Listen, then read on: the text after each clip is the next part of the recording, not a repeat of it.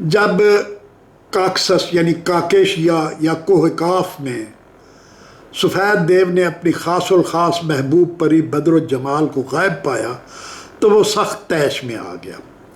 اس نے بدر الجمال کو اس کے بچپن میں پرستان سے اغوا کیا تھا جب کہ ایک ننھی سی معصوم پری تھی۔ اب اتنے سالوں بعد جب وہ جوان ہو گئی تو اچانک غائب ہو جائے، یہ اسے کسی طور پر گوارا نہیں تھا سفید دیو کو۔ وہ انتہائی غصے کے عالم میں زمردی جھیل پر پہنچا مگر وہاں کوئی نہ تھا۔ جھیل کے اوپر سب سے اونچی پہاڑی چوٹی ملکہ پربت اس کا مذاق اڑا رہی تھی۔ اس نے جھیل میں زور زور سے پاؤں مارنے شروع کر دیے جس سے جھیل کا کنارہ ٹوٹ گیا اور پانی جھیل سے نکل کر ناران کی طرف بہہ نکلا اور ہر طرف تباہی پھیر دی۔ یہ وادی کاغان میں پہلا سیلاب تھا جس سے پہاڑ لرز گئے، درخت جڑوں سے اکھڑ گئے، چٹانیں جھڑ گئیں، مکانات تباہ و برباد ہو گئے۔ کچھ دیر بعد طوفان تھم گیا، زلزلہ ختم ہو گیا جس سے معلوم ہوا کہ سفید دیو مایوس ہو کر واپس کوہکاف چلا گیا ہے، مگر وہ کوہکاف نہیں گیا تھا، وہ بلتستان میں جنوں اور دیووں کے دیس دیوسائی گیا تھا، کیونکہ اس کا دل ٹوٹ گیا تھا اور بدر و جمال کے بغیر اب وہ زندہ نہیں رہنا چاہتا تھا، اس لیے وہ مرنے کے لیے اپنے وطن دیوسائی چلا گیا۔ راستے میں وہ بری طرح روتا ہوا گیا، اس کے آنسوؤں سے وادی میں سیلاب آ گیا اور سارا پانی ایک جگہ جمع ہو کر آنسو جھیل بن گیا۔ آخر وہ اس مقام پر پہنچا جہاں وہ پیدا ہوا تھا، یعنی ہمالیہ اور کراکرم کے سنگم پر۔ وہاں وہ زمین پر لیٹ گیا اور کچھ دیر بعد سفید دیو کو موت آ گئی۔ ادھر سیف اور بدر ایک دوسرے میں گم حیران تھے کہ انہیں اتنی آسانی سے سفید دیو سے نجات مل گئی۔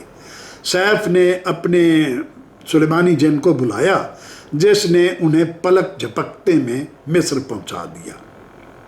سیف کے ماں باپ اسے بدر الجمال کے ساتھ اپنے سامنے دیکھ کر بے پناہ خوش ہوئے اور چند دن بعد انہوں نے بہت دھوم دھام سے سیف اور بدر کی دونوں کی شادی کر دی۔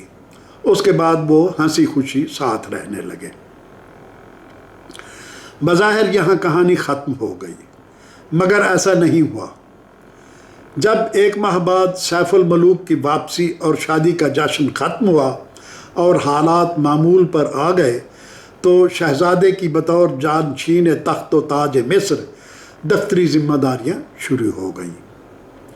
گزرے ہوئے 6 سالوں میں بیٹے کی جدائی نے بادشاہ کو وقت سے پہلے بوڑھا کر دیا تھا اور سلطنت کے کام کا سارا بوجھ اب سیف کے کاندھوں پر آ پڑا، لہٰذا وہ دن رات دفتری معمولات، دور دراز کے شہروں کے دورے، بیرونی ممالک کے معززین، سفیروں اور تاجروں سے میل ملاقات، لوگوں کی شکایات کے ازالے وغیرہ میں ہمہ مصروف رہنے لگا۔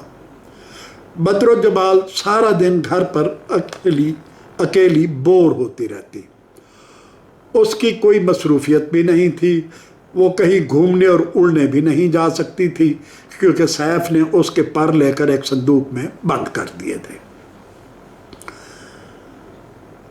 جس کی چابی سیف کی ماں کے پاس تھی۔ بدر کو اس بات سے بہت کوفت ہوتی تھی کہ اس کی محبت پر بھروسہ نہیں کیا گیا اور اس کے پر سیف نے چھپا دیے ہیں۔ اس کے علاوہ اسے آئے دن سیف کی ماں کی طرف سے منعقد کی گئی پارٹیوں، ناچ گانے کی محفلوں، شہر کی سماجی تقریبات میں انسانوں کی حیثیت سے جانا پڑتا جس کی وہ عادی نہیں تھی۔ اسے جوتوں سے سخت نفرت تھی کیونکہ پریوں کے جوتے نہیں ہوتے، مگر سیف کی ماں کی پارٹیوں اور تقریبات میں اسے سینڈل اور بوٹ پہننے پڑتے۔ اس کے علاوہ اور بھی بہت سی باتیں تھیں جو اس کی فطرت اور طبع کے خلاف تھیں، بدر الجمال کی پری بدر الجمال کی طبع کے خلاف تھیں، جن سے وہ ایڈجسٹ نہیں کر پا رہی تھی، جیسے 14ویں کی رات کو جھیل یا تالاب میں بغیر کپڑوں کے نہانا، ایسے جانوروں کا گوشت کھانا جو پریوں کے مسلک کے خلاف تھا۔ پریاں صرف ہرن کا گوشت کھاتی تھیں جو اس وقت کے مصر میں آسانی سے دستیاب نہیں تھا۔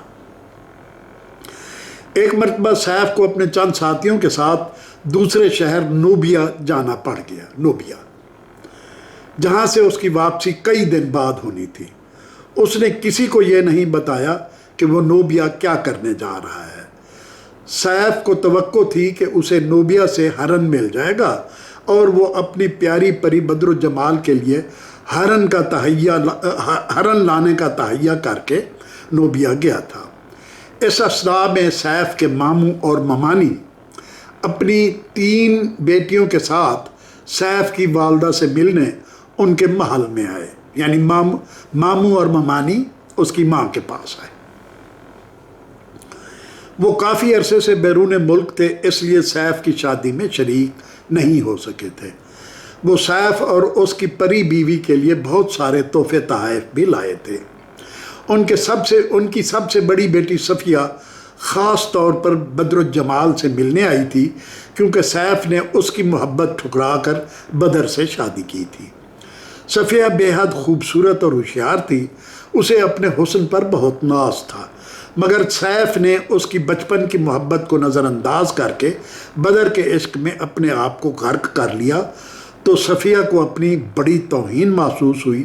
جب بدر ان سے ملنے کے لیے ہال میں آئی تو وہ پری کی بجائے ایک عام انسانی شکل میں نمودار ہوئی۔ اس نے کوئی میک اپ بھی نہیں کیا تھا، کپڑے بھی عام سی کنیزوں جیسے پہنے ہوئے تھے۔ صفیہ اسے دیکھ کر سخت مایوس ہوئی کہ سیف نے اس عام سی لڑکی کے لیے مجھے مسترد کیا تھا۔ پھر وہ زہر بھرے لہجے میں بولی، یہ تو عام سی لڑکی ہے، ہم نے تو سنا تھا کہ سیف نے شادی ایک پری سے کی ہے، مگر پھپھو اس کے پر کہاں ہیں؟ یہ تو ایک گوالن لگ رہی ہے۔ اگر ایک گوالن کو ملکہ کا سٹیٹس دے دیا جائے تو رہے گی پھر بھی وہ گوالن کی گوالن۔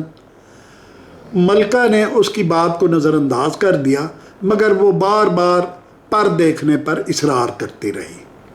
آخر ملکہ کو اپنی لاڈلی بھتیجی کے سامنے ہتھیار ڈالنے پڑے۔ اس نے ایک کنیز کو چابی دے کر پر اٹھا لانے کو کہا۔ جب بدر نے اپنے پر پہنے، سنہری پر، تو وہ بے پناہ حسین نظر آنے لگی۔ صفیہ نے اصرار کیا کہ وہ ان پروں کی مدد سے اسے اڑ کر دکھائے۔ بس پھر کیا تھا، بدر نے حال میں ذرا سی اڑان بھری، پھر سب کے دیکھتے ہی دیکھتے اس نے ایک سفید فاختہ کا روپ دھارا اور روشن دان میں سے پھر کر کے اڑ گئی اور اپنے دیس یعنی پرستان چلی گئی۔